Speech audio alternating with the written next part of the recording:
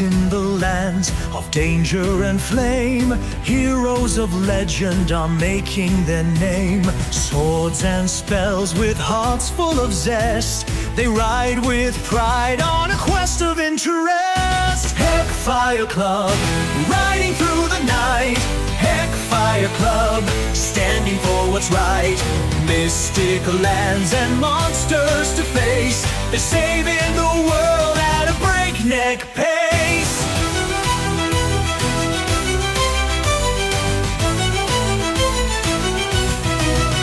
From the Voren province to Dragon's Lair, wicked wizards and trolls beware. With the rogue a knight and a mage so wise, they'll outwit danger and claim the prize. Legends told round campfire flames of secret spells and forgotten names. A hidden power, an ancient key. The fate of the realm is their destiny. Heckfire Club, riding through the night. Heckfire Club, standing for what's right. Curses, traps, and mysteries deep. No dragon's hoard is out of reach. They laugh at danger, they don't play it safe. Each wild adventure's a tale of interest. A caress. Heckfire Club, tales of interest. We find our party today at the Quicksteel Tourney. The bankers and barons had left their private viewing platform, and Thaddeus Flint held the limp body of his daughter Adaxa in his arms before a crowd of 50,000 spectators from all over the province. Frizz raised the sending stone. The enchantment carried her message without sound.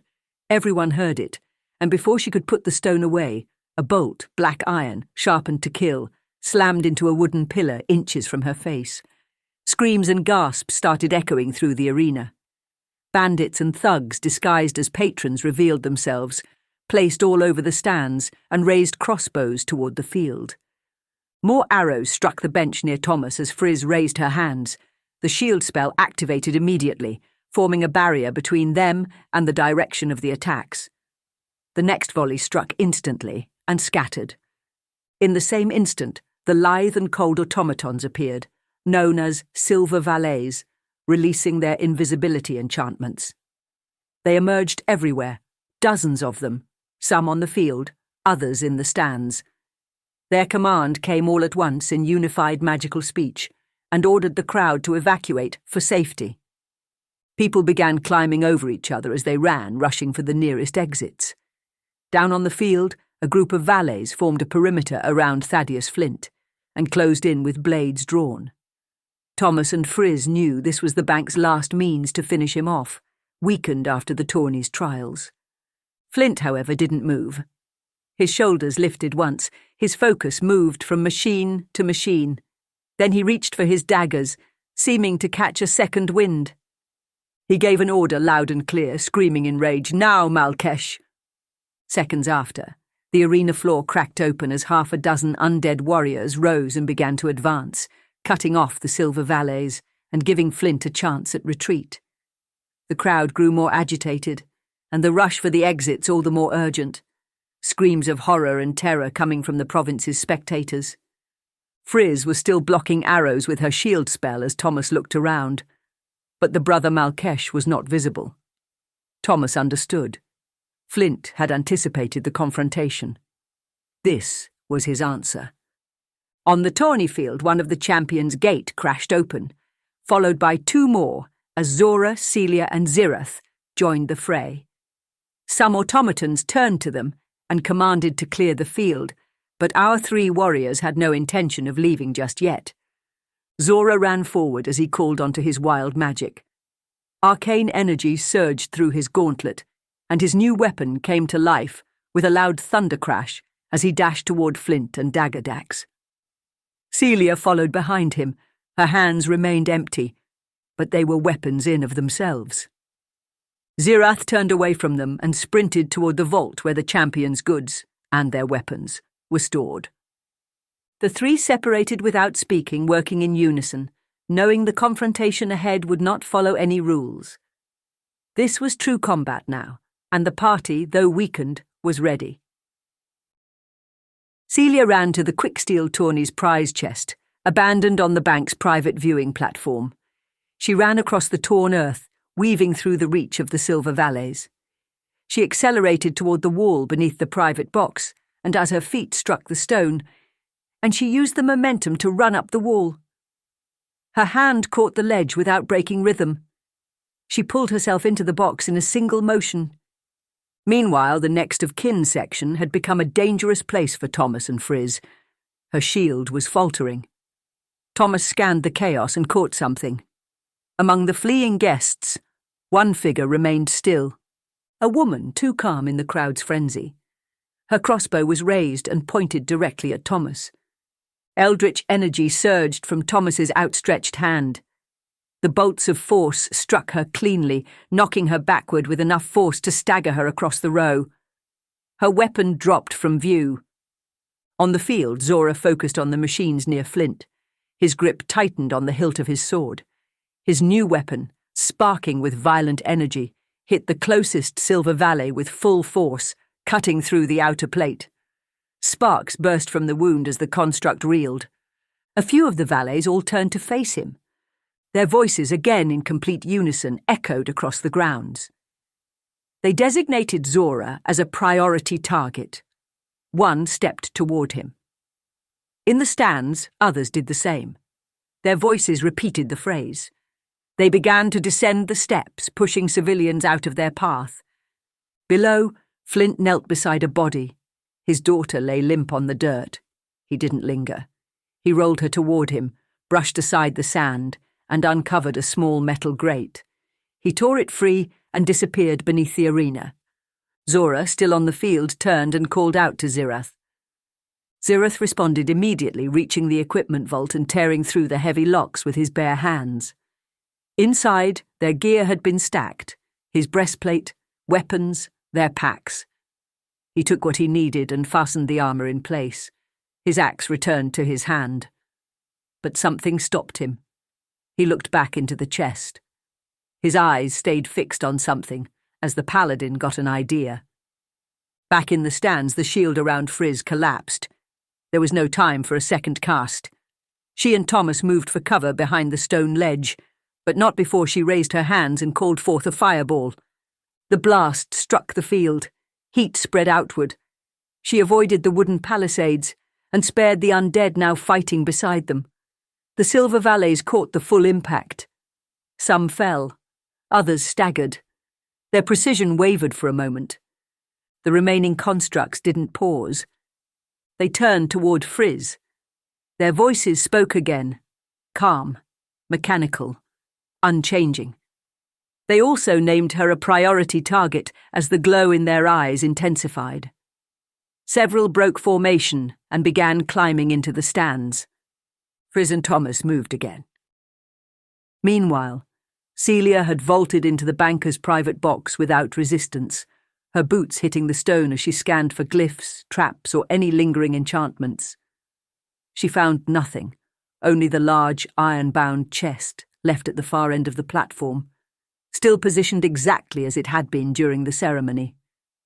She moved to lift it, testing its weight with both hands, but the chest was too heavy to carry. She then braced herself for the possibility of an arcane trigger and flipped the lid open, ready to move or deflect. But no spells fired, no wards activated, and the box, inert, revealed its contents. The chest, meant to house the winnings of the Quicksteel champion, was filled with bars of lead, stacked neatly, but entirely worthless. No gold, no jewels, and no coin of any kind. For several seconds she didn't move, didn't breathe as the implication sank in. A voice came from behind her. She turned immediately, fists raised, posture set to strike, but the figure in the doorway didn't attack. Standing in the opening, bruised and bloodied from the earlier match, was Lady of Inkwell, her features tight with pain, but her eyes steady. Whatever injuries she had taken in the arena hadn't stopped her, and whatever brought her here, it wasn't a need for shelter. The lady, Celia figured, had come to the box in search of the bankers. Her blades were drawn, and Celia knew Lady had chosen this moment to exact her vendetta on Harken Bank. She told Celia that while running here, she'd heard that while all eyes had been fixed on the Tourney field, the Harken Bank of Tannertown had closed its doors, shut down operations, and its vaults had been emptied. There was no gold left, Lady gathered, and none of the residents, visiting patrons, merchants, or nobility, could withdraw their savings. She'd made it to the top of the arena and looked for herself. There was rioting and looting in the streets. The crowds of travellers, she continued, were heading toward encampments, inns, and the Velvet Fang to grab what they could and flee the city. 40,000, she guessed, maybe more, all trying to leave at once. Lady added one last detail, more whispered than stated. She had found the bank's ousted head financier the night before. Apparently, after some persuasion, she'd let slip that a small cache of gold still remained within the bank itself, hidden somewhere deeper. It was, according to the financier, strictly off the books, due to the less than reputable source of gold. Before Celia could ask for more, the sending stone at her belt vibrated with magical energy. It was Frizz.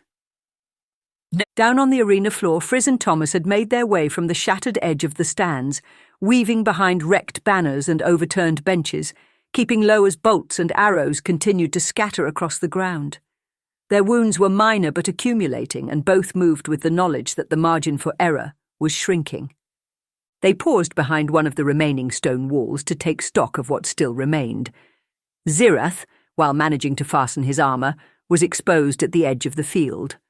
Zora, locked in direct combat with a squad of silver valets, was holding ground but outnumbered, with more automatons beginning to descend from the higher stands.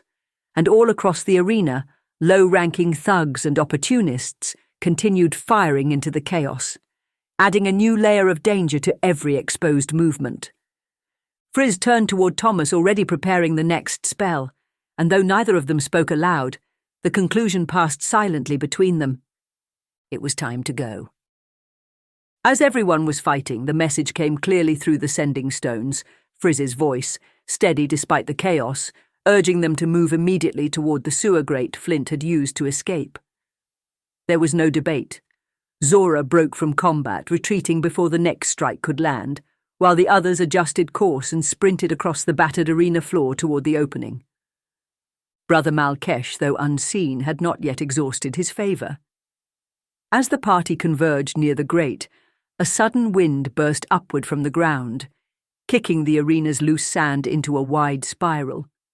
Visibility collapsed. The silver automatons stalled in their coordination, momentarily unable to target through the storm. Undead and constructs clashed blindly around them, turning the central field into a frenzy of motion. Even through the confusion, the party found each other. Zirath was already crouched beside the iron grate, giving no time for questions or hesitation, only telling the others he'd be the last one down. Zora dropped first, vanishing into the dark below, then Celia. Then Frizz and Thomas in quick succession, vanishing into the escape route Flint had prepared. Above them, the storm was thinning, and shapes were beginning to emerge in the smoke and grit. Zirath allowed himself a short breath and dropped through the opening. Turning as he fell, Zirath raised his goldenwood bow and he drew, releasing a single enchanted arrow upward toward the opening. As soon as it struck the edge above, thick vines erupted from the impact point, black, thorned, and fast-growing. Razorvine coiled violently across the entry, sealing the descent just as the first valet reached the edge. The machine dropped into the hole and met the wall of thorns halfway through. A grinding screech followed, then a dull clang, then silence. What followed was less graceful. They hit the water in rough order, one after another, each landing harder than the last. The runoff channels of Tannertown did not welcome them with dignity or comfort, only with the steady, unmistakable smell of city runoff.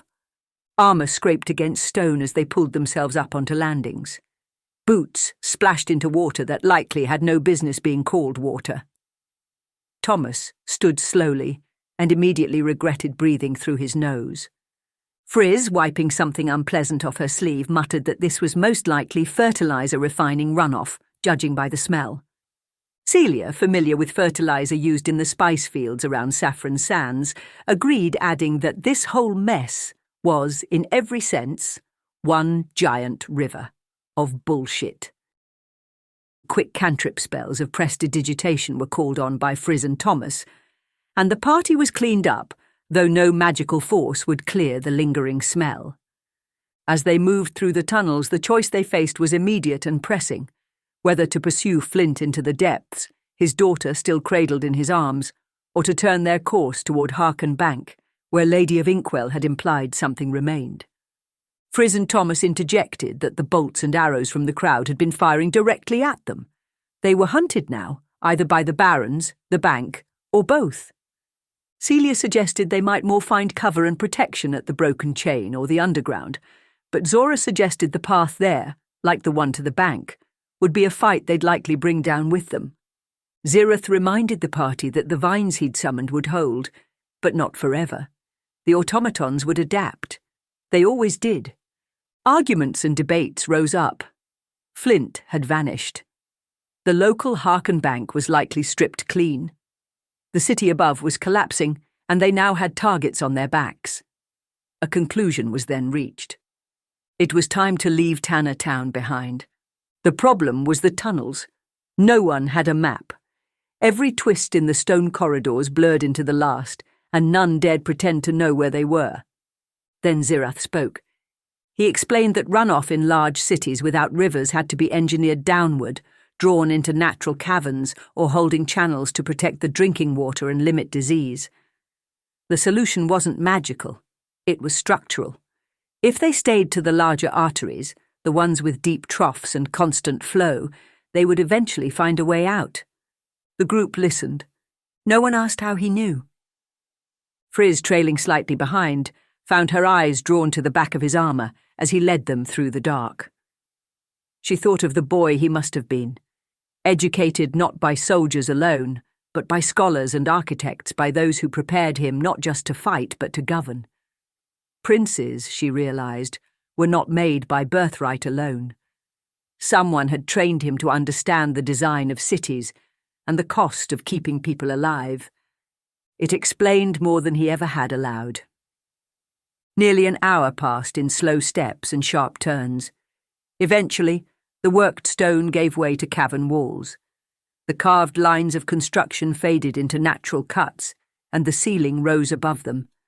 A thin breeze moved through the space. They were close. Zora found the ladder first, old iron-runged, slick from age but intact. One by one, they climbed. Zirath came last again, checking once over his shoulder before ascending. No movement behind them. For now, they were alone. What waited at the top of the shaft brought no relief. They emerged into smoke.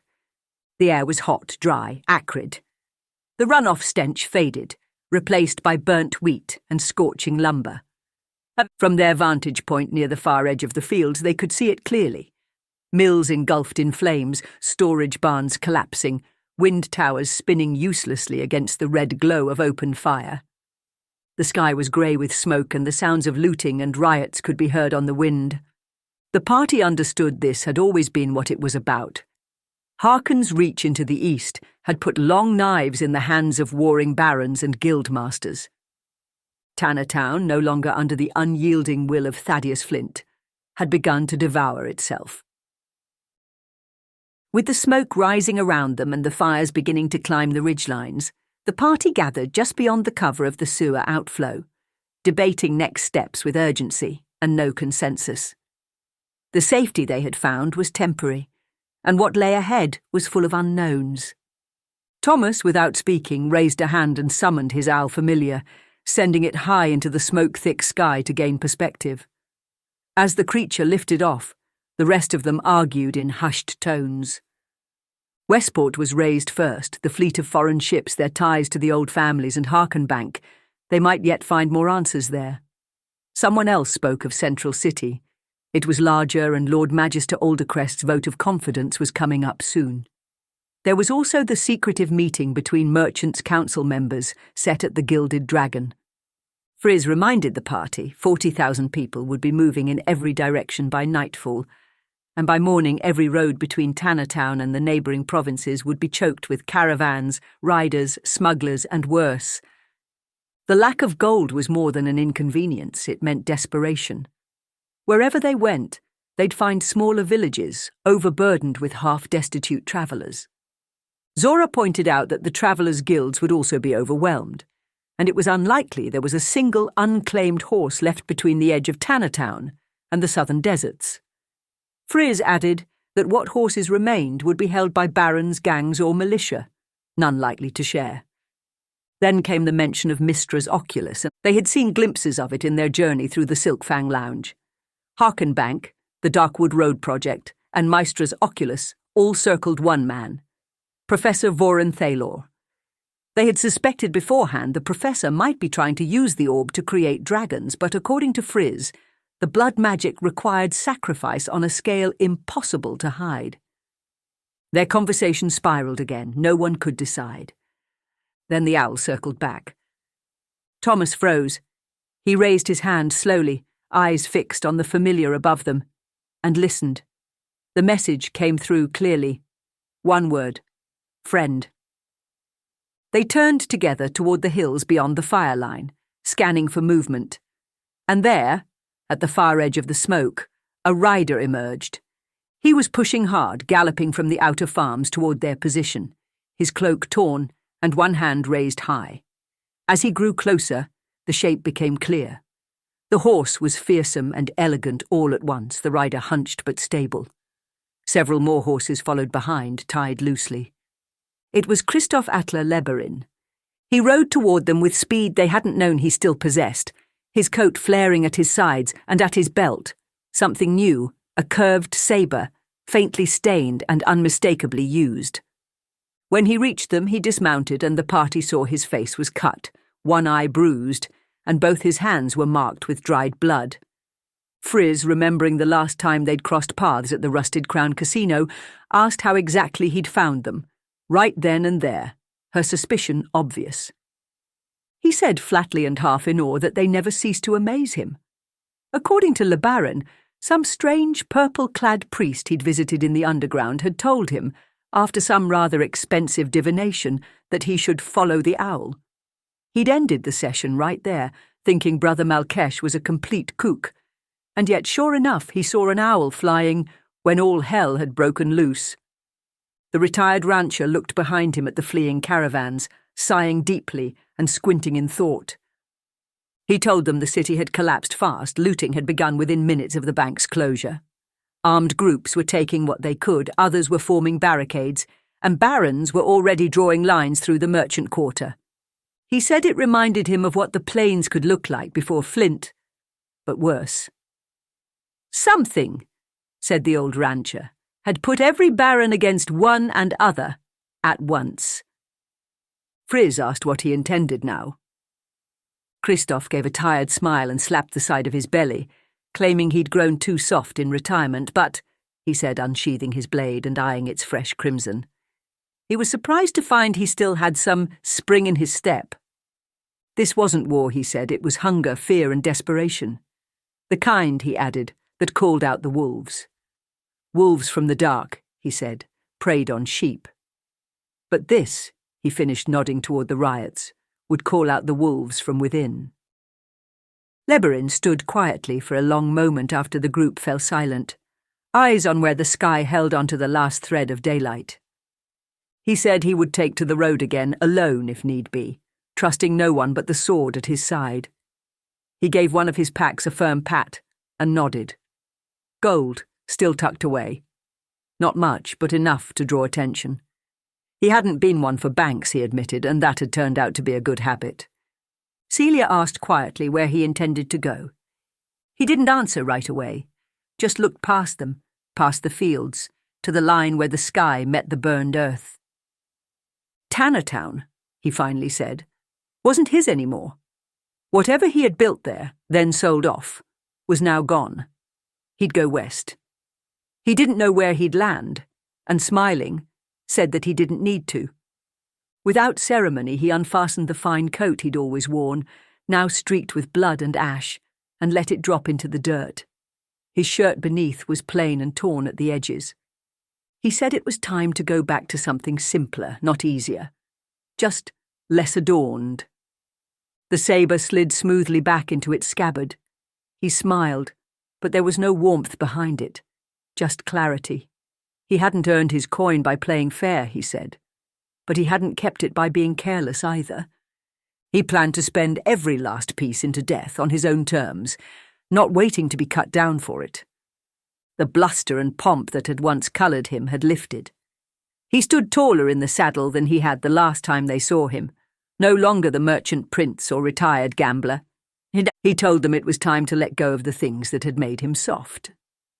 Then he offered a final gesture. 5 mounts, lean and muscled, tethered behind him. Plains-bred stallions, pure-blooded and broken under his own hand. He'd brought them to sell to rich travellers, but seeing the turn of events in Tannertown, the rancher told them they might as well take them off his hands. They were twice as fast as what the caravans would find, built for distance, not show. Leberin offered no further goodbyes. He gave them a nod, turned his mount with a nudge of the heel, and without looking back began to ride.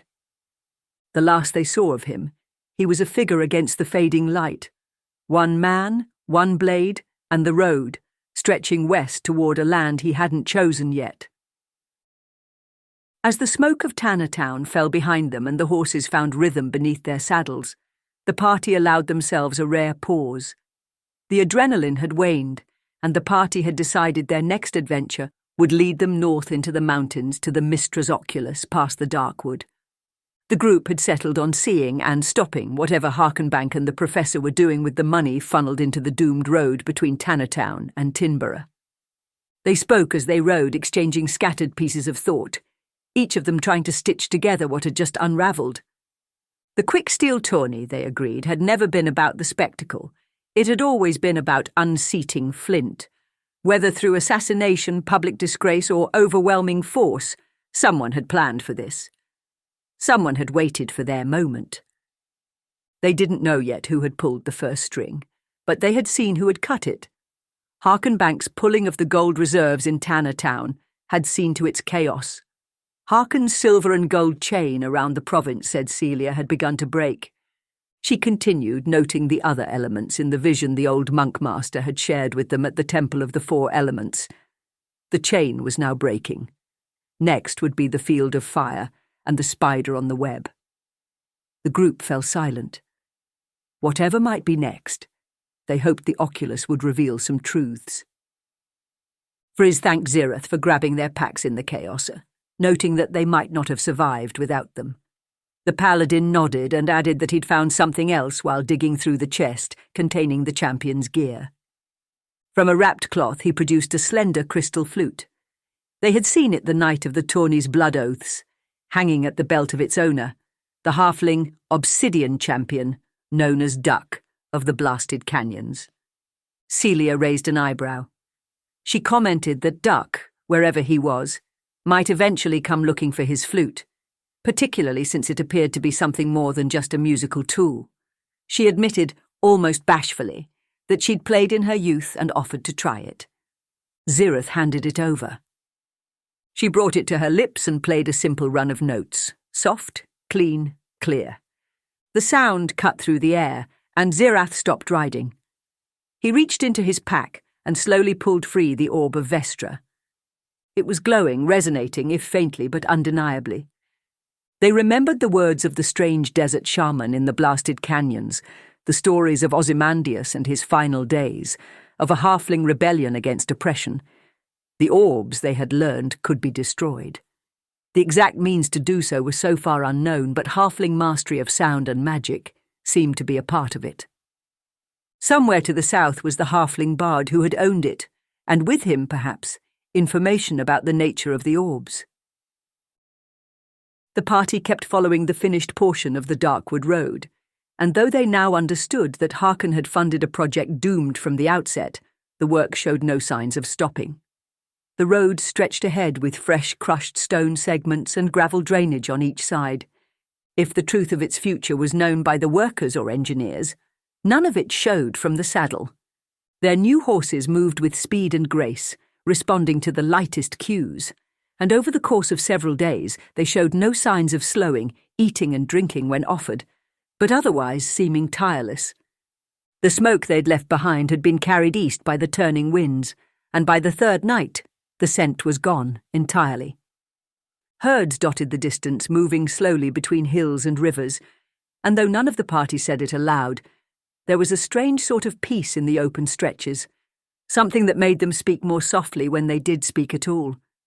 The mountains grew larger each day, no longer distant markers but real shapes on the skyline.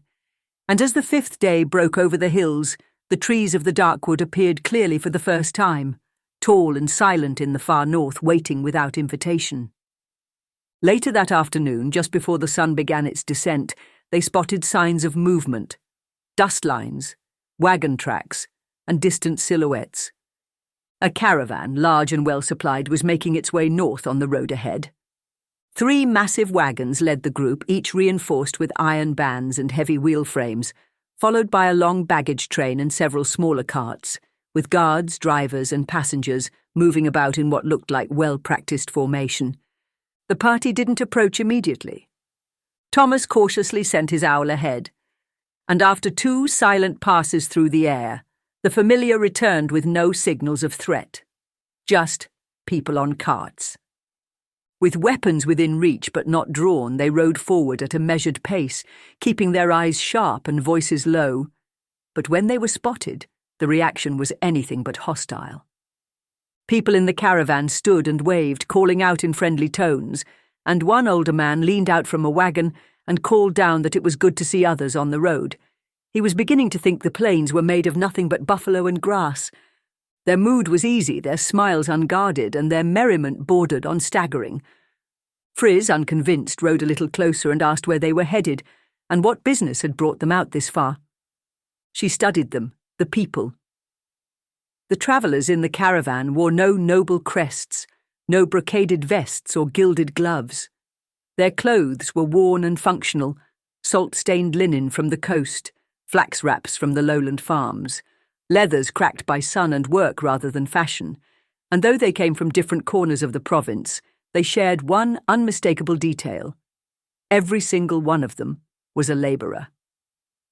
These weren't the bankers, brokers, or landed families of Tannertown. These were men and women who built, hauled, harvested, and carried the weight of others' wealth. One of the younger men, a wiry tiefling with a crooked grin and hands that looked like they'd seen too many cuts to count, leaned forward from the rear cart and explained that his cousin had been working in the new logging camp for weeks, and according to him it was the best job he'd ever had. Harken Bank had paid him up front for 3 full months, he said, before he'd even lifted a saw. The others around him nodded, not casually, but with the agreement of those who had heard the same and believed it fully. The party exchanged a look. Zirath, after a pause, asked the obvious question. Had any of them actually received the coin? Without hesitation, several responded at once. Every person in the caravan had been paid in full before departure, and not just promised. It had come directly from Central City. Another voice joined in. A woman built like a field ox, her hair tied back in a kerchief, arms corded with strength. She said the camp didn't just pay well, it had structure. There was a week's end, 2 full days where no one lifted a tool, where rest was enforced and food was provided.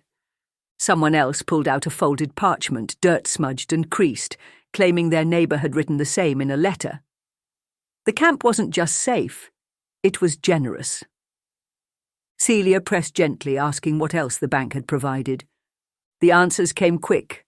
A circus troupe, brought in last week for morale. A healer's tent, fully staffed. A travelling theatre group, paid in advance to rotate performances. No one complained, no one seemed concerned. There was laughter, even admiration. Zora had already ridden ahead by then, checking the lead wagon and the teamsters who pulled it. They looked tired, but in the honest way that came from hauling carts across country roads, not from hiding agendas. They nodded to him, offered water, and went back to their work. Back at the centre of the group, the party regrouped and kept their voices low. Zirath suggested they make time and ride ahead. The road would narrow soon near the hills, and the caravan's slower pace would only drag them down. The others agreed. They offered thanks and short farewells, which were returned with warm waves and friendly shouts from the workers. They rode on ahead for another 2 days. The warmth of the plains gave way to the cool winds rolling down from the lower mountain ridges. The quiet hum of insects was replaced by birdsong, and the further they rode, the more alive the world felt. The hush of the plains falling behind them, while the trees ahead grew thick green and deeply rooted in the sloping earth. The edge of the darkwood had come into view not as a single wall, but as a layered rise, with rows of trunks and moss-covered stones forming the first true forest they had seen in weeks. Along the road, wooden signs had been hammered into place, each one carved in blocky letters that read the same: Haven's Head Camp. Zora, glancing at the marks and the growing number of wheel ruts along the roadside, noted aloud that if the rumours were true, and the caravans they'd passed were any indication, it wouldn't be long before Haven's Head became more than a camp. With this many workers pouring in, a town would form whether anyone intended it or not. As the trail bent through the final hills, the sounds of camp life began to rise from below. Timber fell with regular rhythm. Axes struck wood in steady beats. Voices shouted instructions in good humour.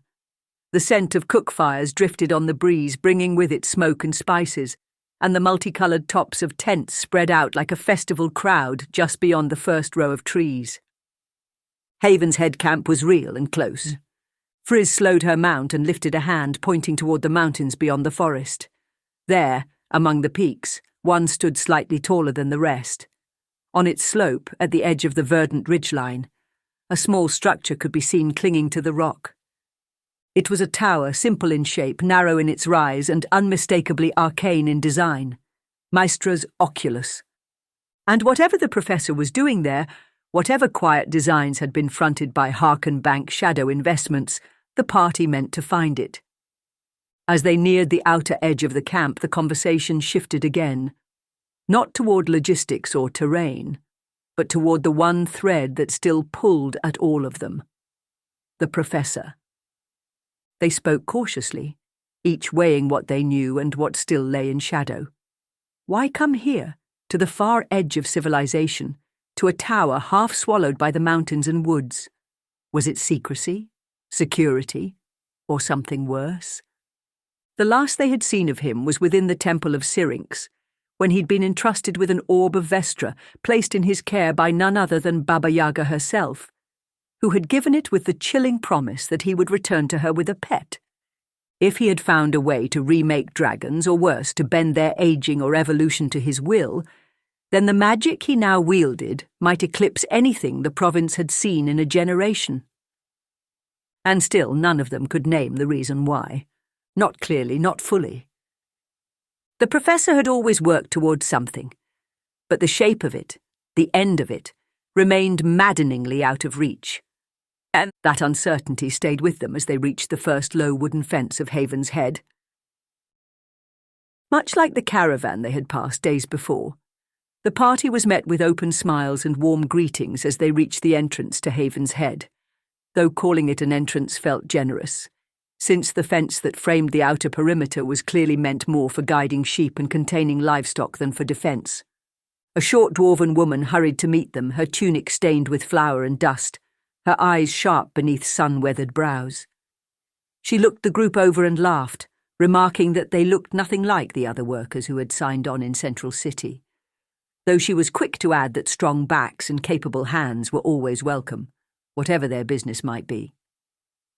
The party nodded politely but kept alert, their eyes scanning the interior. Hundreds of tents arranged in clean rows filled the central expanse of the camp. Raised wooden walkways ran between them, keeping feet clear of mud and runoff. Just as the caravan conscripts had described, the camp was not just functional, it was festive.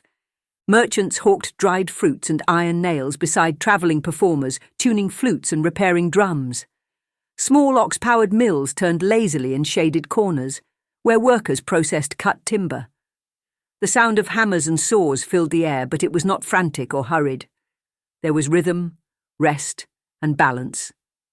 Some residents laboured between tasks, while others sat in shade with legs outstretched, eating hot breads wrapped in cloth, or listening to musicians play near the central fire. The air carried the scent of crushed herbs, roasting roots, and distant spices. Harken Bank, it seemed, had truly spared no expense.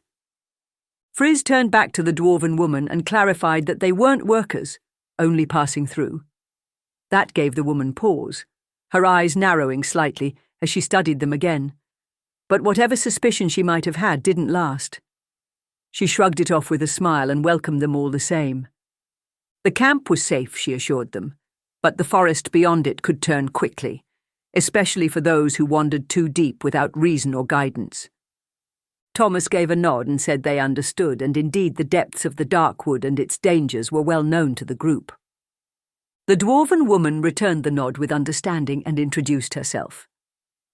Nimella Find, camp quartermaster, cook, and, if her words could be trusted, unofficial keeper of the peace.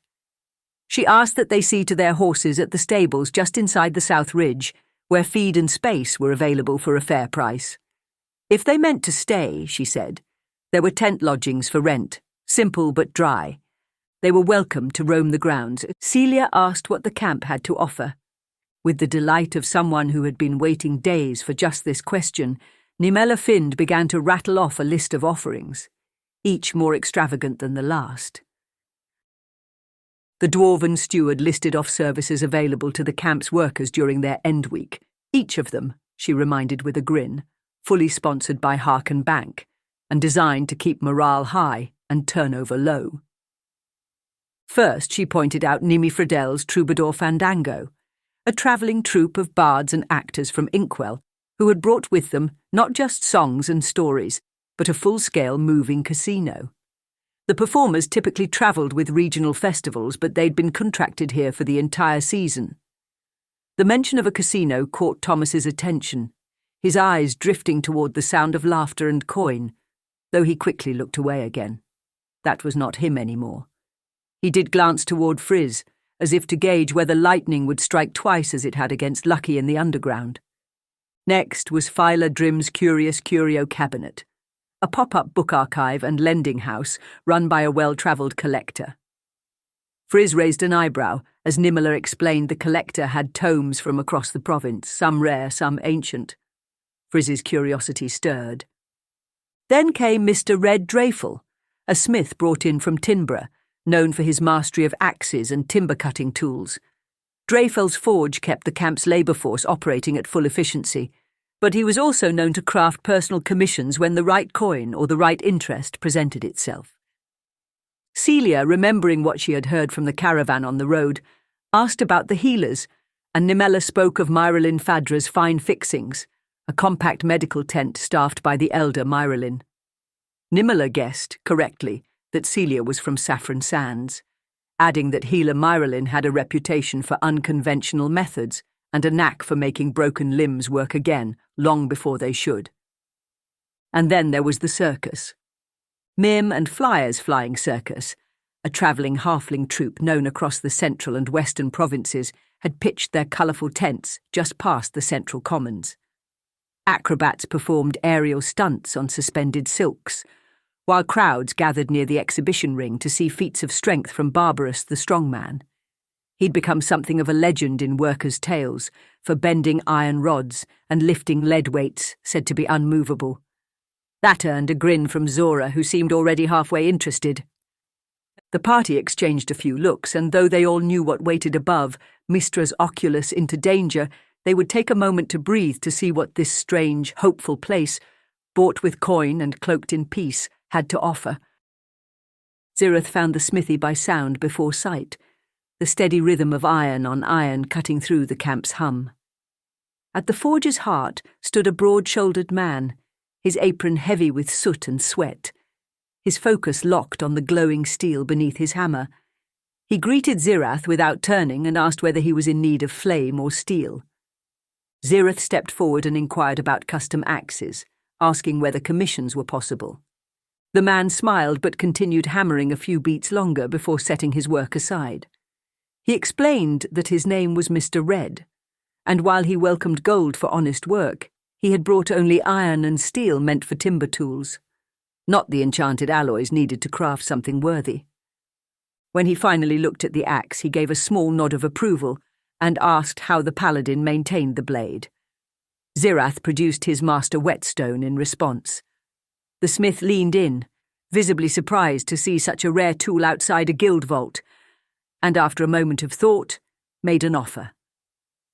If Zirath would split a quarter stack of firewood for the forge, nothing excessive, just enough to pay respect to the trade, then he would teach him a sharpening technique passed down from smith to smith, one that could draw more edge from less effort.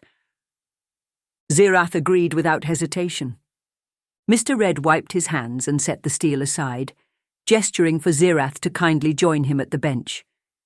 He asked the paladin to sit and observe closely as he drew his own whetstone across an axe blade already worn from days of use. Not far across the camp, Celia reached Myralyn Fadra's fine fixings, where the scent of dried blood and boiled herbs clung to the air just beneath the canvas. The tent was crowded. A pair of workers leaned on crutches just outside, and inside she saw 3 more receiving bandages, most of them bearing cuts or bruises along the skull and shoulders, fallen branches likely, or poor footing around unstable trunks. An older woman, white-haired and focused, waved her over and asked kindly, without pretense, whether she could lend a hand. Celia didn't pause. Her instincts from the healing houses returned immediately, and her hands moved toward clean cloth and supporting limbs before she had time to question it. The woman, clearly Myralyn, was working on a young man with a nasty arm fracture. She was applying a splint of unusual material, flexible, almost rubbery, and when Celia asked about it, the healer nodded, saying it was a new method, and if Celia wanted to learn it, she'd better watch carefully. Celia leaned in and got to work. At Phaladrim's curious curio cabinet, Friz found herself staring at piles of books stacked with controlled chaos, each labelled in 3 languages. A halfling with thick, wiry eyebrows sat at the centre of it all, reading 2 tomes at once, his lips moving silently with concentration. He looked up with a start when he noticed her and asked what in the world had brought a professor of Mystra's institute so far north. Friz offered a clipped answer, saying she was learning by travelling, not by lecturing, and would be passing through soon. That seemed to resonate with him, and he nodded, saying that the best kind of learning happened out in the world, though, he added with a smirk, most of the real information still lived in the pages. Friz asked about specific texts, histories of the province and the families that had once ruled Verdan. The halfling tapped his chin and said she might be in luck. He had a volume covering the period immediately after the Draconic Wars, a piece not in print for decades. It detailed the reconstruction of the Merchants' Council, the founding of Harken Bank and the emergence of the Travellers' Guilds. Friz made an offer. She had her own collection, rare, diverse, and carefully preserved. If he would allow her to review the text, she would open her own satchel and allow him to study what she had gathered. He agreed at once, calling it an exchange of letters. Friz smiled at the wordplay, admitting silently that she loved a good postage joke. As she prepared to follow him to the reading area, the halfling paused and politely asked if she might kindly wash her hands before handling the tome. No offence meant, only respect for the material. She didn't take it personally, and in fact she respected it deeply. As Friz leafed carefully through the yellowing pages of provincial histories, Zora had followed the sound of laughter and cheers to the open performance ring where Nim and Flyer's flying circus had set up their tented arena beneath a canopy of high trees. Halflings in colourful sashes swung from braided ropes tied to the tops of flexible poles and natural limbs, leaping with wild precision and dropping into shallow basins of water. The crowd, diverse, delighted and loud, clapped with full-throated joy. One voice cut through the noise, rising in cadence and flair, asking challengers to come forward and test their might against the legendary Barbarous. Zora turned. There, across a ring of weights, stood a man nearly his size, bare-chested, covered in chalk, bowed to Zora in invitation. The crowd echoed the challenge, already pushing Zora forward with cheers and goading calls. He approached, shook Barbaros's hand, firm as stone, and stepped into the circle. The announcer explained the wager. 25 gold to begin, with the chance to double it for each iron bar bent beyond the first. The crowd howled in approval. Zora accepted the challenge, his heart racing more from the energy of the audience than the weight of the metal in his grip.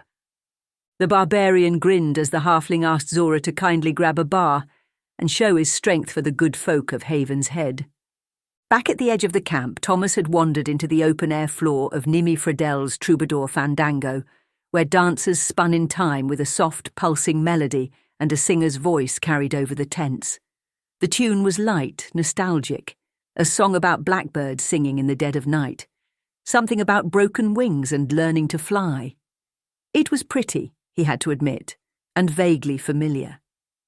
He lingered near the tables, watching players toss cards and coin with bright eyes and easy laughter. One of the dealers waved him over, saying there was a spot open, and the game had been waiting for just one more. The players, workers Thomas saw with poor positions and bad bets running. He'd have cleaned up in less than an hour. But that wasn't him anymore. They sighed, and with hours of disappointment, Thomas hesitated. And with all the charm he could muster, he apologized, held up his empty hands and walked away with a wink. As he made his way toward the cheers echoing from the strength contest, he saw Zora, mid-bend, gritting his teeth as he twisted the third bar into a hook. Barbaros was struggling beside him. The crowd roared. Thomas felt something like pride, and then he realized how tired he was. The grass beneath his boots lost its softness and his legs felt heavy. He admitted to himself they'd been riding hard. He looked down. The blades of green no longer bent. They felt solid, almost brittle. His footsteps grew heavy and thudding. His breath did not come easily. In his hand, he hadn't noticed before, there was a length of rope. His fingers curled around it as if it had been there for hours. That wasn't right. The cheering faltered. The sounds around him warped, flickering between silence and laughter. He turned to call for Frizz, for Zora, for any of them, but no sound came. His throat was dry, then closed. He was no longer standing. The air shifted, sharp and foul, and the colours vanished altogether. The rope he'd felt earlier was no longer in his hands. It was now wrapped tight around his neck. When his eyes snapped fully open, he saw the others, Frizz, Celia, Zeruth and Zora, dangling beside him, feet kicking weakly. Their eyes were white, minds blank, and they were dying. Thomas's thoughts ran wild, but his limbs were sluggish, his strength fading with each shallow breath as the rope tightened against his throat. The world around him warped and spun, the weight of death pressing in from all sides, and in that final narrowing moment he reached inward, calling on his eldritch power. With no words left and barely enough air to form intention, he summoned flame. A surge of energy erupted from his mind, sparking a vertical wall of fire above their heads. The gallows ignited in a burst of heat and crackling wood, the flames devouring the horizontal beam as the ropes snapped in rapid succession. The structure gave way with a tortured groan, and suddenly Thomas was falling, his lungs tearing open with a gasp as freezing mud welcomed his body with a brutal slap. Around him, other bodies landed hard, coughs, shouts, scrambling movement. The others were alive. The wet ground shocked them back to awareness. Frizz was coughing beside him. Celia had already rolled to her knees. Zirath snapped the ropes around his wrists and readied his axe. Zora had curled into a crouch, muscles taut, teeth bared, ready to strike. They were speaking all at once, asking where they were, what had happened, if they were dreaming, but Thomas silenced them with a sharp command, his voice hoarse and shaking. They were no longer in the lush meadows or paved rows of Haven's Head. The forest around them was damp, choked with mist, and the trees hung low with rot. The soil beneath them was black and wet, the smell of decay overpowering. And they were not alone. Dozens of figures stood in a wide circle around the ruined gallows. Human, elven, dwarven, thin, dirty, pale. Every one of them stared without blinking, their clothes rotted through, their feet sunken into muck. Their eyes were milk white and their mouths slightly parted, as if caught mid-breath but never finished it. None moved or spoke, only stood and turned slowly and started walking away. Frizz whispered that they had to run, but Thomas said nothing. His gaze had moved past the husks. In the fog beyond the line of bodies, a tall shape emerged. It stood perfectly still. Its robe was black as pitch, hanging in long wet folds. Silver armour covered its chest, and its face was gaunt and long, its mouth a knot of tendrils that menacingly swayed. The Mind Flayer stood watching, red eyes focused on those who'd resisted its control.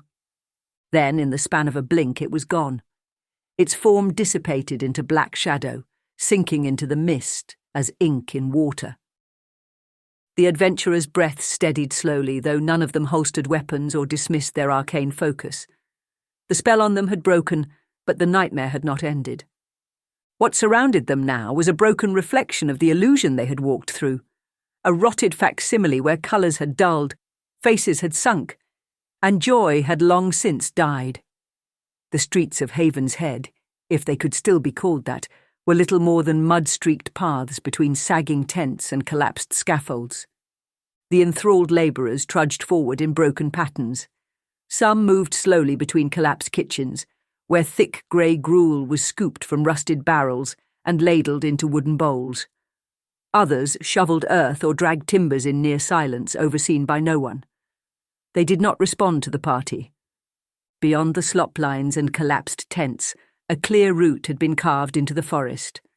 A wide column of thralls was marching, steady and unbroken, heading north. Their pace was slow but deliberate, their feet dragging but sure, and their path led in a single direction, upward, deeper into the darkwood, following the base of the mountains toward the high ridge. And at the end of that path stood the Oculus. The party followed the direction with their eyes, and when no one spoke, Zirath finally said what they had all considered, that the march was not by chance, and the enthralled were in a death march to the Oculus.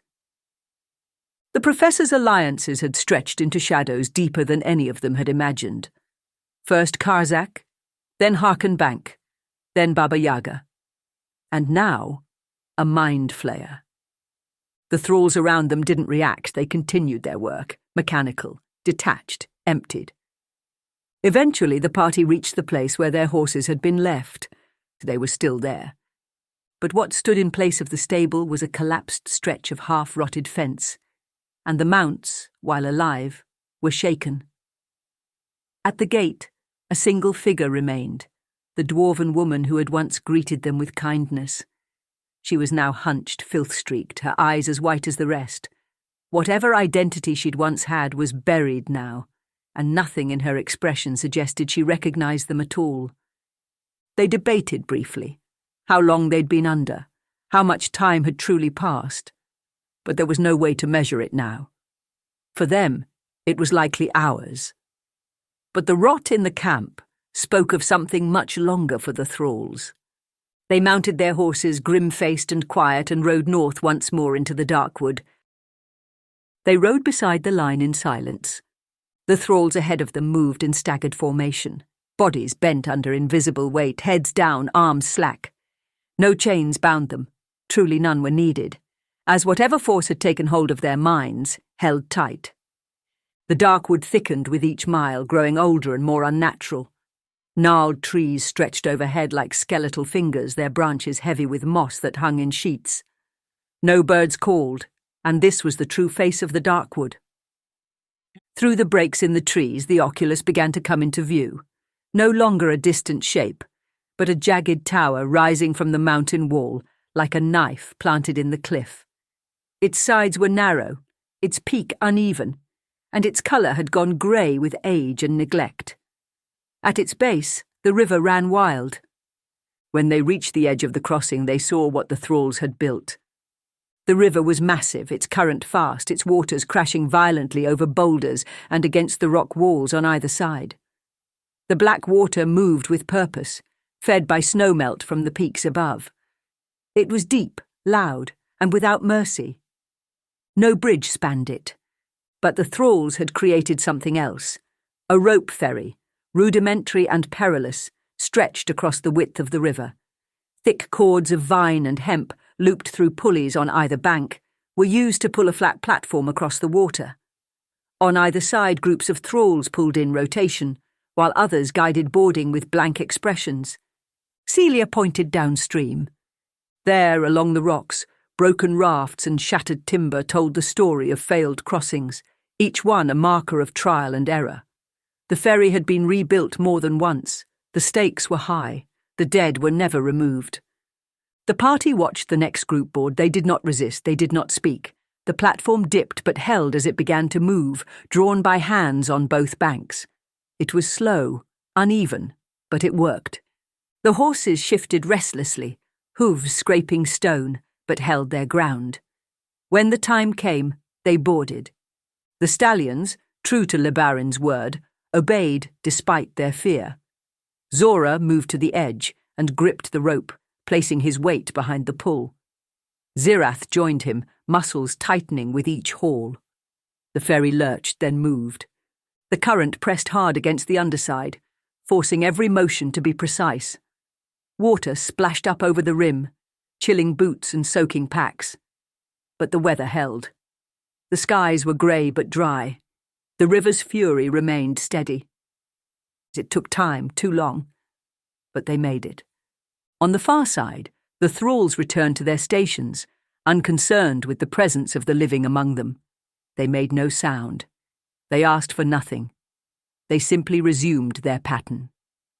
The forest path beyond the river narrowed, twisting upward with hard switchbacks that snaked through the rock and wood. And along that path, stretching high into the mountain's flank, was the true line. Hundreds of bodies marching uphill, one step at a time toward the tower, toward their deaths. The path narrowed as the elevation climbed, but the horses pressed on without protest. The mountain's edge rose sharply, and the cold air bit against exposed skin, but the party kept their pace. The Oculus, now only a few switchbacks above, grew clearer with each step. It stood not as a castle or keep, but as a solitary structure anchored directly into the mountain's face. The tower itself climbed in segments, each floor slightly narrower than the one below. Intricate stonework spiraled up the outer walls, engraved with runes long weathered past legibility. The topmost feature was unmistakable. A massive arcane lens, set into a rotatable ring of enchanted brass, aimed permanently skyward. The mechanism that once allowed it to swivel or focus had long since frozen in place. Whatever it had been left to rot. At the base of the wizard's tower, the gate came into view. It was a massive half-buried arch, shaped from dark stone and flanked by rusted sconces that hadn't seen flame in decades. The line of thralls continued unbroken, marching toward it in eerie silence, their heads lowered, their feet dragging up the slope in perfect rhythm. The party halted at the edge of the rise. They dismounted and tied off the horses beneath a low rock shelf near a bend in the trail, shielding them from wind and view, and began to scout. The party positioned themselves on different vantage points, eyeing the surrounding cliffs and jagged outcroppings for another way in. The main gate seemed too simple, and there was no telling what the mind flayer may or may not have shared with the professor, if he were even in the Oculus. Zora was the first to spot another way in. To the right of the tower, where the stone had crumbled down the slope, something stood out, a ledge barely visible beneath the moss and gravel. What at first looked like shattered rubble revealed itself to be the remnants of a stone stairway, worn by water, split apart after years of spring thaws and snowmelt. They made their way down carefully. The outcroppings were sharp and narrow, but they found footing, and the farther they went, the more deliberate the path became. Carvings reappeared along the stone, not decorative, but utilitarian, markers and symbols meant for those who had once worked or studied here. The stairway curved inward, wrapping around the base of the tower until it narrowed into a flat stone walkway half swallowed by the mountain wall. At its end, a jagged black opening gaped where masonry had collapsed inward. Rusted grates suggested this had once been a run-off channel, old drainage, but it led in and it was unguarded. The party exchanged a look, lit what they needed to light, and in they went, into the dark, where the mountains swallowed the light. The tunnel narrowed again, twisting sharply before opening into a small chamber that had once been part of the foundation. Roots had clawed their way down from the ceiling, wrapping around cracked stone and broken pipes. They split up and started searching the small alcoves. Celia's voice called everyone over to her, and they found her standing in front of a massive boulder, hunched and mossy, half sunken into the floor, and long mistaken for rubble. They wondered what the fuss was about until the boulder blinked. A deep, sonorous voice rolled through the chamber, reverberating off the stone with a weight that suggested it hadn't been used in decades. It welcomed them with theatrical disdain, announcing the arrival of mortals with legs, eyes, and what it described as personal agendas. It assured them that their sudden presence, following years of uninterrupted silence, was sarcastically just what it had hoped for. As the party collectively took a step back, the voice continued. Frizz, curious of the magics that worked, asked what exactly the boulder even was. It explained that it had been here longer than even his own memory recalled, that the tower had been constructed around it, and that it was still bitter about the lack of courtesy shown during the process. Apparently someone couldn't be bothered to chisel politely. Frizz cleared her throat and asked, perhaps, if they might so kindly recall what they knew from before the Oculus. The stone became pensive for a moment, and in a more serious tone, told them it had awakened to see the sky fall, pieces of the heavens falling all over the land, and the sudden terrifying realization that it henceforth simply was. The boulder's tone snapped back to its usual disdainful drone. It rattled off a guess as to why they were here. Surely they were after directions, prophecy, or looking for the brain-eating squid men downstairs with the blood jacuzzi. Thomas muttered that he didn't like how specific that last one was. Celia, more simply, asked whether it had a name, which seemed to soften the stone's dejected expression. The stone claimed it once, probably, bore a name given by some reverent mortal, such as Dromathax the Eternal. But these last centuries, with the nosy school built around it, it mostly went by that damn boulder or shut up, you're creeping out the apprentices. Zora, arms crossed, asked what had been happening in the Oculus. The stone gave an exasperated sigh and launched into a summary that was equal parts ominous and sardonic. There were, it said, echoes of screams travelling through old pipes, mind-controlled workers shuffling around like interns, and 3 floating squid folk bickering over who got to juice which peasant first. And someone, it added with disdain, had been attempting to fix the time dilation relay using copper wiring, an approach it described as causality suicide. But saying, thinking back for a moment, that it was him, but from before. The stone, quite frustratingly, said that mortals' perception of time was a damned quagmire of nonsense. Zora, not in the mood for riddles, asked how to get downstairs. The stone didn't flinch. Of course it knew. It was literally built into the foundation. But it suggested, maybe instead of demanding answers, they could find it a lute or a deck of cards or a book with a steamy romance subplot. Anything to relieve the boredom of being a disembodied face stuck in a primordial mountainside. Thomas tried to move past. The stone's voice darkened slightly, delivering a passive-aggressive farewell with all the grace of a centuries-old relic who had been ignored one too many times. If they wanted to step over the omniscient hallway decoration, they should go right ahead. The stone was sure another group of adventurer might turn up, he said solemnly, in a few centuries, to help its crushing loneliness. Reluctantly, the group gathered in front of the face, and there was a quiet pause as they all stared at each other. Zora took a deep breath, reminded his friends he was raised on a farm, and he went into a little story known only as The Aristocrats. "It begins," said Zora, with a theatre troupe of actors playing the part of stuffy rich folk over tea on stage to a bored audience. Thomas, who had heard this one before, replied with a resigned, "Oh boy." And the more Zora went on, the more the mood turned from curious to shock, and finally mild nausea. When the tale was done about increasingly distressing lustful exploits involving the physical mortal form, suffice it to say that Thomas was pale, Celia hysterically laughing, Zirath concerned, and Frizz was trying to put together just how 4 people might perform some of the acts mentioned while balancing on a single 3-legged stool. The tale ended with the supposed actors, after their horrifying display, bowing to a pale crowd covered in their own sick and calling themselves the aristocrats. The stone was silent for a moment afterward and then snickered. Its laughter then roared, long and loud, a rumbling noise of cracked stone and genuine shocked amusement. It admitted that what they'd just performed was some of the most absurdly delightful garbage it had ever heard. The face thanked them earnestly and said few mortals coming to confer with it had ever spoken about anything other than seeking some kind of mystical answer from it. It told them that despite everything, the last headmaster who'd run the place wasn't all ink and parchment. He'd actually converse with it, on a real level, from time to time.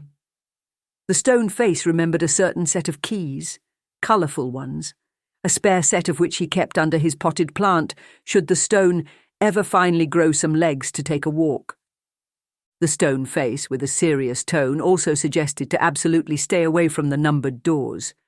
Some stuffy half-elf professor who'd been there sometime recently had left something in there that, according to him, those squid-faced folk didn't seem to like.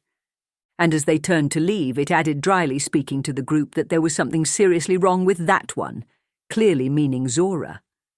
Zora, unable to even look at his friends, only said that he was very sorry, and once again raised on a farm. The corridor beyond the talking stone twisted downward through damp stone halls and partial cave-ins, until it widened suddenly, where the floor had once been tiled in an elegant spiral of white and violet marble. The room opened into a circular expanse 2 stories high, once clearly a lecture hall, but built for arcane education, not academic tedium.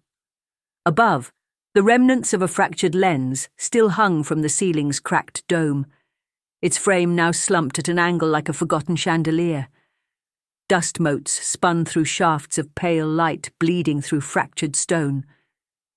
The adventurers listened for something, any sort of activity, and Celia heard it. A sound, faint and rhythmic, coupled with something animal, cawing perhaps, something alive. She gestured, and the group followed. The corridor bent sharply and dipped again. A smaller hallway opened to their left, its arch marked with a carved numeral and faint traces of once bright paint, now a flaking, rust-hued red. They paused. Remembering the stone's tone and its near-theatrical warning, the group left it unopened. Whatever lay behind it, they agreed, would stay sealed. For now. The sounds ahead grew louder, shifting feathers, claws on stone, the intermittent clicking of beaks. They crept forward, down a half-collapsed corridor. Zirath crouched near the wall, studying the ground. There were tracks, several sets, some small, others broad, but all were recent. Celia pressed her ear against the next door. The scratching was clearer now. The birdsong was loud enough for all to hear now, clipped and anxious. They exchanged nods, and weapons were drawn, spells readied, and Celia positioned herself on the other side of the door. With a single movement, she kicked it open, graceful and explosive. The door snapped free from the hinges and clattered into the room beyond. Dozens of ravens took flight at once, spiralling toward the high window and flapping madly into the skies above, casting the room in their flurry of wings and shadows. The space inside had been a hall for study, long desks arranged in rows, each one lined with parchment, ink, and half-used quills. Seated at each desk were the white-eyed thralls. Some bent low, others hunched upright, but all were writing. Their faces were slack, expressions blank. Their hands moved mechanically, copying lines of inked words over and over. At the end of each row sat raven cages, open and waiting. A few birds remained, watching. Every finished letter was sealed with wax, tied to a raven's leg, and sent off into the sky. Frizz and Zora stepped closer, reading quickly. The letters were recruitment postings, offers of work, of warm meals, and of gold paid in advance. Destinations listed ranged across the entire province, from coastal towns to farming villages to inland cities. It was a recruitment network, The caravan they had passed on the road, full of smiling labourers and sweet promises, had not been an isolated hope.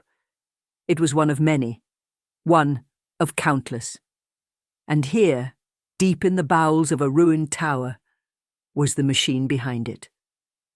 The mind flayer wasn't summoning victims, it was inviting them.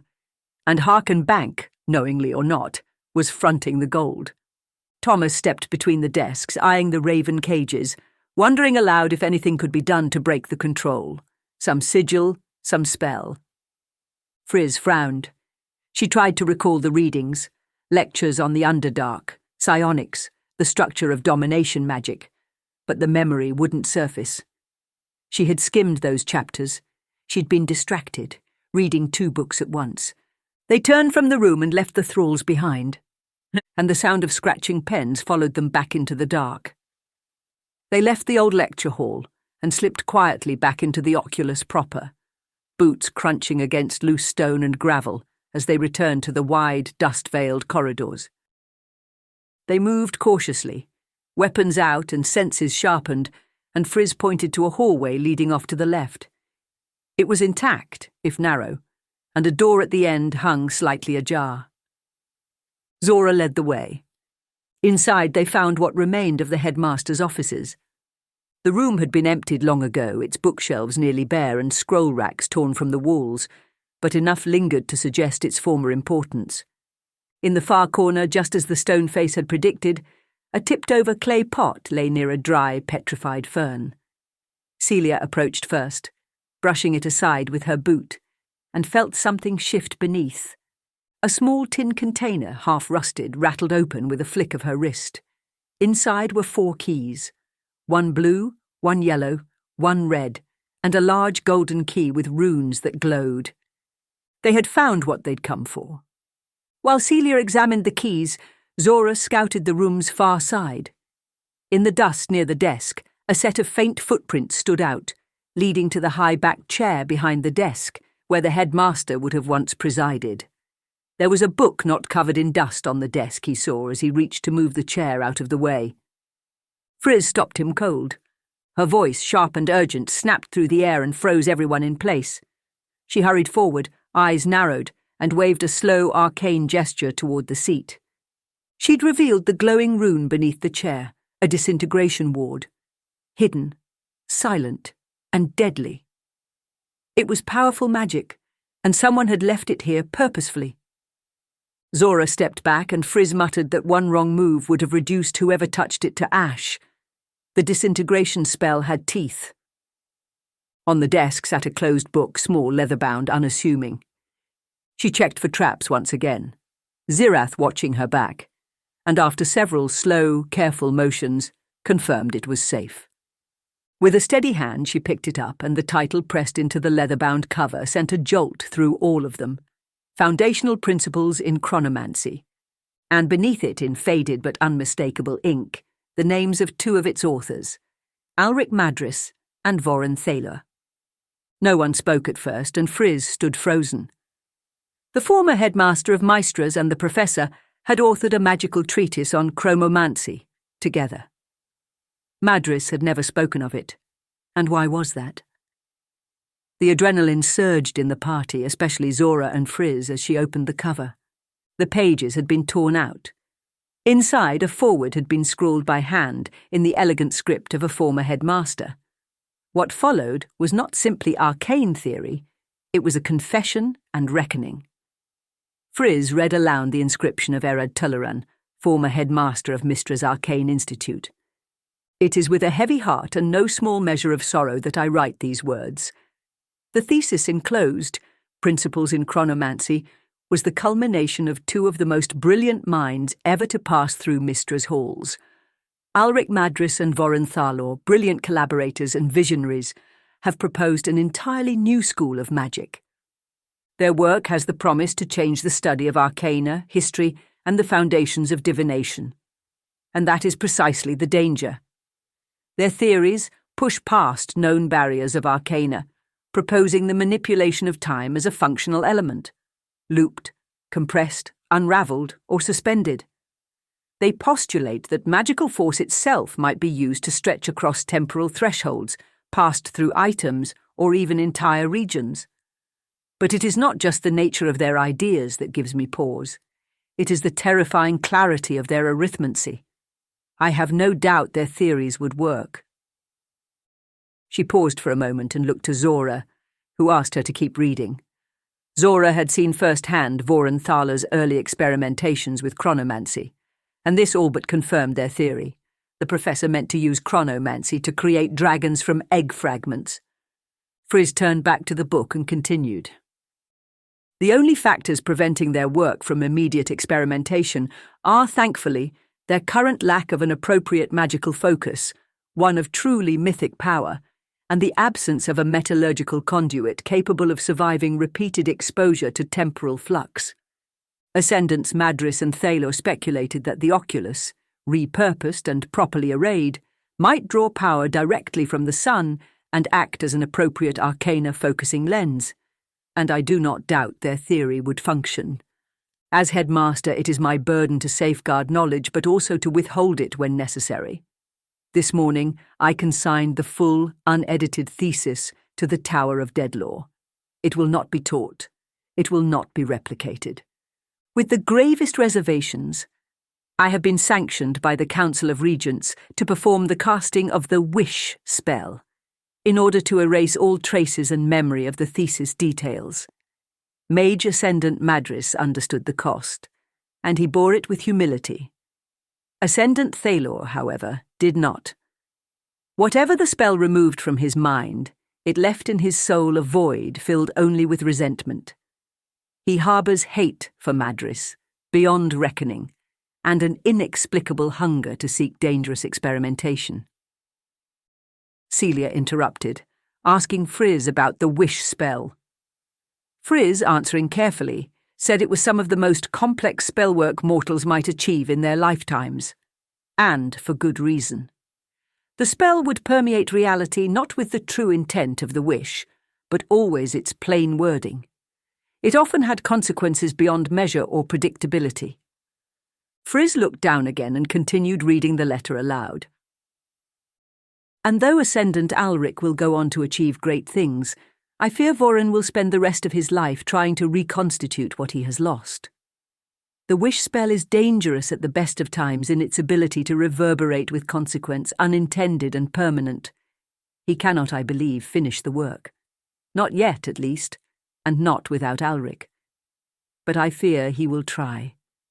Gods help us if he ever gains access to a means of magical metallurgy capable of sustaining chronomantic discharge. If such material ever existed, it has been rightly lost to time, but likely would be of dwarven design.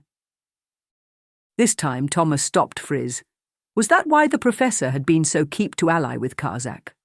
Would the enchanted metallurgy Karzak used for soul binding suffice for that?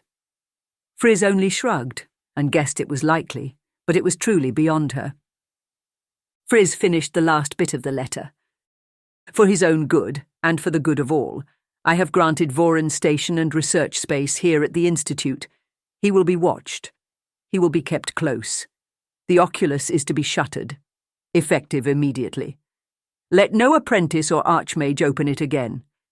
Chronomancy is to be expressly forbidden and consigned to the Deadlaw. May Mystra forgive me. Year 1606 of the Codex, final ember moon. Zora had gone quiet, but it was Frizz who bore the worst of it. Alric Madris had been her idol, her mentor by name and example. He had stood for everything she believed in, order, balance, magic as a force for the betterment of all. To see his name beside Voren's etched into a project that was now part of a dark scheme ripping at the seams of the province. She only shook her head, closed the book, and spoke. She said there were more rooms to search and they'd better get moving. And so back into the Oculus they went, searching for more answers. Deeper into the Oculus they pressed, winding through broken halls and stairwells half swallowed by earth and disuse. The air had grown colder, though not from altitude. Something in the tower itself seemed to resist warmth. They passed another heavy door, this one marked in flaking blue paint and etched with the number 7.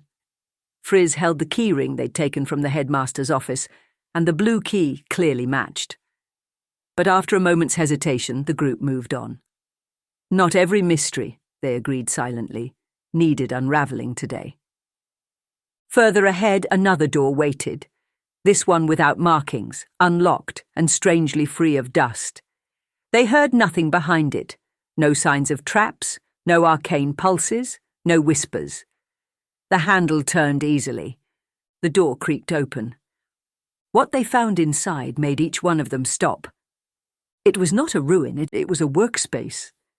Lived in, maintained, but most distressing to the party, the room was clearly active. Arcane lanterns glowed faintly from metal sconces. Tables were cluttered with half-finished experiments. Strange metals, shattered crystal, melted stone, all labelled in Thalor's handwriting. Pipes, gears and conduits snaked across the floor toward a towering assembly in the far corner that whirred with residual energy, long since powered down but still humming with trace enchantments. This was Voren Thalor's laboratory. Years of work, no decades, littered the space. And here, beneath the old walls of the Oculus, Voren Thalor had reconstituted chronomancy. And somehow, impossibly, he had succeeded. The notes and fragments scattered across the room were more than proof. They were the scaffolding of the new discipline. Karzakian metallurgy provided the enchanted alloys, blood magic runes drawn with precise layering, much as those seen in the blood rites of Syrinx. Dragon lore culled from rare and foreign manuscripts. Celia even pointed out hints of thread script, much like the ones seen in the Tinker's lab and in the underlying ruins, which Frizz confirmed. He was remaking dragons using chronomancy, ancient fragments of dragon eggs, and blood magic. One passage from a copied manuscript seemed to be at the centre of his research, an excerpt of the Merolian Treatise on Ancient Dragons, reading, "The breath weapon of an ancient dragon is a vector of raw elemental and magical force. One such blast of an ancient dragon's breath can level the mightiest of citadels, but two, especially of opposing elemental alignments, can react violently, and I have studied cities and mountains laid to waste in these exceptional and rare circumstances." Beneath that, a line had been underlined 3 times in red ink. "I have concluded that when focused with intent, a convergent blast may destabilize or breach even divine concealment, including those meant to seal or divide the planes of existence." Next to it, a handwritten note twisted across the margin in Thalor's unmistakable scrawl. Deadlaw. Finally, for the first time, the party understood why Professor Voren Thalor had gone to such lengths, infiltrating Harken Bank, an alliance with Karzak, seeking a Vestran orb. The professor meant to rip open the divinely sealed gate to the Tower of Deadlaw and reclaim what had been taken from him. Another corridor turned sharply, and once again they passed a door painted in dull aged colour, this one yellow, and although a key on their ring matched the hue, they left it closed as they had the others. They had seen enough curiosities for one day, or so they thought. Farther down the hall, where the tower's foundations deepened and the stones pressed tighter together, they came upon a door unlike the others, heavy and iron-framed, thick enough to weather siege. 3 keyholes were set into the centre, 1 red, 1 blue, and 1 yellow, and above them a tarnished gold plaque barely clung to its bolts, most of the lettering long since worn away. Zora stepped forward, eyes narrowing, and traced the engravings with a fingertip before nodding slowly, realising it had once read magical contraband. There was a brief silence, then a grin, first from Thomas, then from Frizz, for this, among all the rooms they had passed, might be the most dangerous thing of all, a temptation no adventurer could resist. They produced the keys one by one and readied themselves. Red turned with a click, blue followed with a soft pulse of arcane residue, and yellow snapped into place with a satisfying thunk as the door creaked inward. Inside they found shelves and cabinets and bins of disorganized magical refuse, dozens, maybe hundreds, of confiscated items from students long gone, and the room smelled faintly of incense and stale dust. Most of the objects were inert now, their enchantments long faded, enchanted cuffs that no longer glowed, rings that refused to shimmer, and trinkets once meant to whisper secrets that now only collected dust. Still they searched, and near the back, propped between a broken wand and a cracked summoning crystal, they found it. A short staff, no taller than a walking stick, made of lacquered pine and bound with silver bands. Friz studied it for only a moment before the corners of her mouth lifted, recognizing it as a staff of minor portals. A clever bit of magic capable of opening two linked portals within sight of one another, not large enough to walk through, but more than enough to reach through. Thomas, already imagining possibilities, thought of how a student might have angled the staff to steal solutions to an arithmancy exam, or even to snatch a late-night pastry from the faculty lounge. Friz, scandalized, rejected the notion, and insisted it was far better suited to retrieving books from high shelves, especially for students who didn't know Mage Hand. Thomas, sensing some wasted potential in Friz's academic honesty, offered to keep the staff safe, and with a reluctant but resigned sigh, Friz handed it over. At the bottom of a nearby drawer, Celia discovered a pouch of smooth marbles, no larger than grapes, and though at first glance they seemed mundane, Friz recognized them immediately. Pearls of power, small magical reservoirs which, when attuned, could restore spent magical energy, rare and refined and precious. Friz smiled and admitted she'd never needed one before while at study, adding, with her face growing serious, that she hoped she wouldn't start today. They closed the vault behind them and turned at last toward the hall's end, where a final door stood waiting. The golden key shimmered faintly in the torchlight as Friz slid it into the final lock, and it turned with a deep, grinding clunk that echoed down the corridor behind them, sending small motes of dust falling from the ancient ceiling.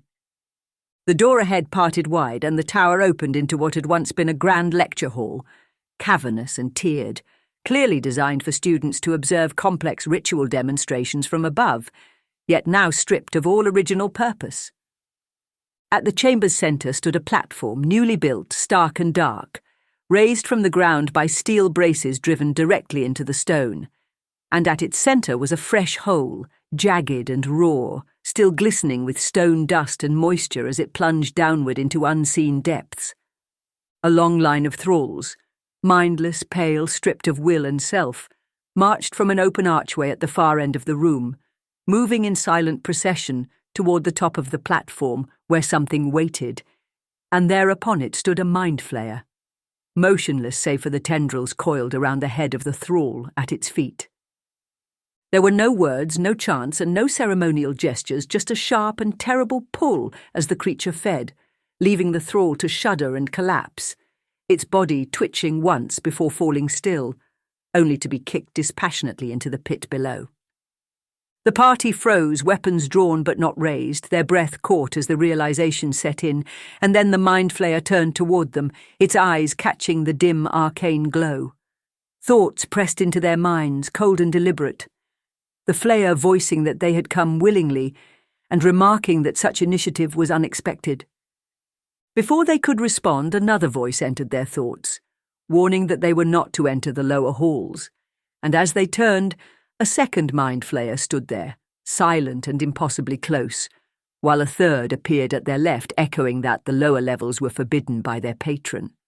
The voices overlapped, explaining that their agreement held the intruders' minds belonged to them, the flayers, while the blood belonged to another. One of the creatures even mused at how far the intruders had come, though its thoughts were tinged with something unsettlingly close to admiration, before all three declared together that the party would go no further. The silence that followed was stretched tight.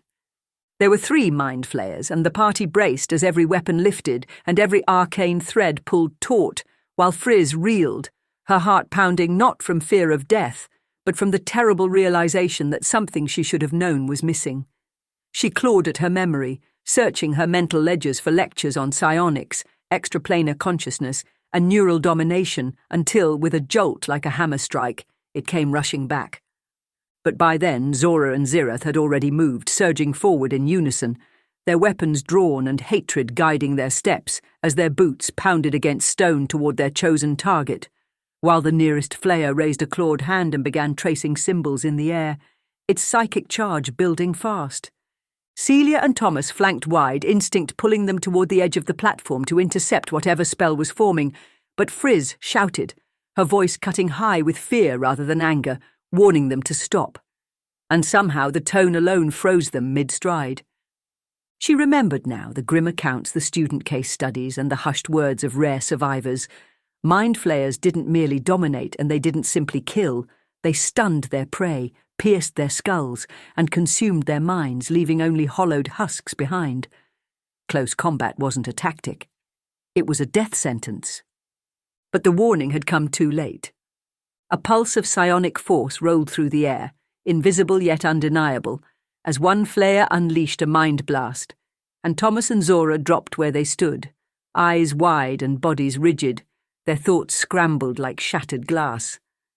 Zirath recovered first, sliding back and raising his enchanted bow, loosing a charged arrow that pulsed mid-flight and tore into the floor, uprooting enchanted razor vine that surged up around one of the flayers, binding it in thorned coils. Friz, hands trembling but focused, pulled on the weave and hurled a fireball. Flames erupted and engulfed two of the flayers, their screams clawing across the psychic connection, though one still released another mind blast that staggered Friz and Thomas, dropping them stunned behind cover. Celia dashed in a blur, weaving through open space and striking at the restrained flayer with a flurry of arcane-charged blows, each hit precise and deliberate, until a straight punch charged with ki crashed into its breastplate and drove it back into the waiting razor vine, stunning it in turn, before she rolled away and ducked behind cover unscathed. The other two retaliated immediately, unleashing waves of psionic energy that stunned Friz and Zora again, their minds ringing under the pressure, though Thomas, finally shaking free of the last stun, rose to fire twin eldritch blasts that slammed into one attacker and forced it to falter.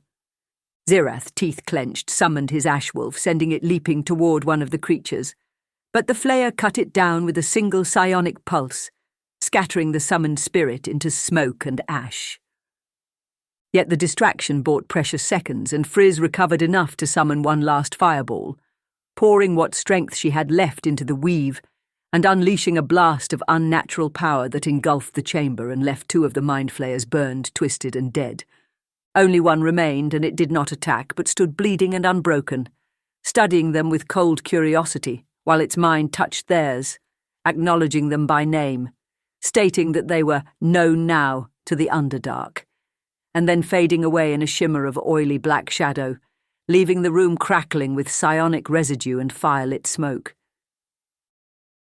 They stood in the stillness that followed battle, lungs heaving, skin slick with sweat, ears ringing with the aftershock of psionic screams. Blood trickled from their noses, from the corners of their eyes, some blinking against the sting, while others merely tried to stay upright.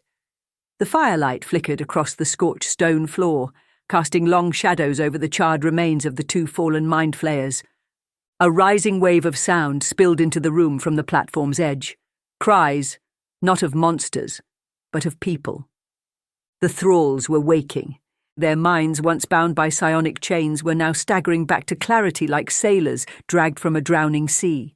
Some shrieked in confusion, others sobbed, collapsing to their knees.